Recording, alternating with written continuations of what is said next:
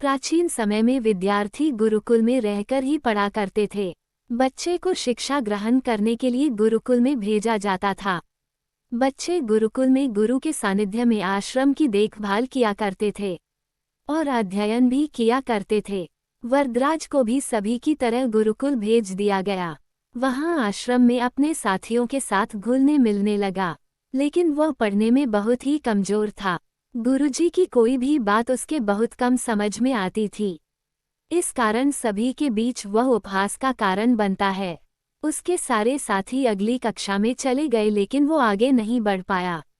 गुरुजी जी ने भी आखिर हार मानकर उसे बोला, बेटा वरदराज, मैंने सारे प्रयास करके देख लिए हैं। अब यही उचित होगा कि तुम यहाँ अपना समय बर्बाद मत करो।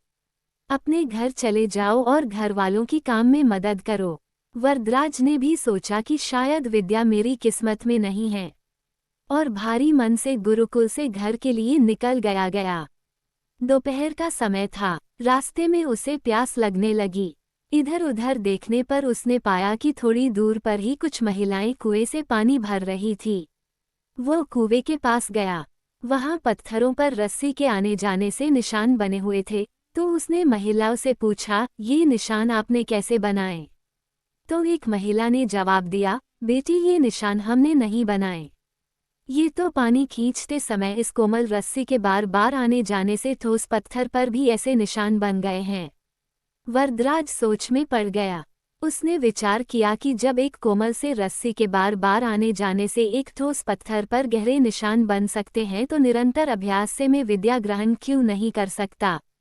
वरदराज ढेर सारे उत्साह के साथ वापस गुरुकुल आया और अथक कड़ी मेहनत की। गुरुजी ने भी खुश होकर भरपूर सहयोग किया।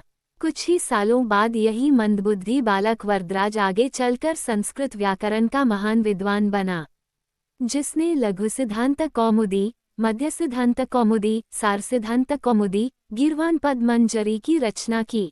शिक्षा दोस्तों, अभ्यास की शक्ति का तो कहना ही क्या है।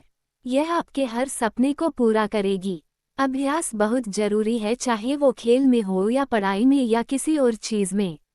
बिना अभ्यास के आप सफल नहीं हो सकते हो। अगर आप बिना अभ्यास के केवल किस्मत के भरोसे बैठे रहोगे, तो आखिर में आपको पछतावे के सिवा और कुछ हाथ नहीं लगेगा। इसलिए अभ्यास के साथ धैर्य, परिश्रम और लगन रखकर आप अपनी मंजिल को पाने के लिए जुट जाए।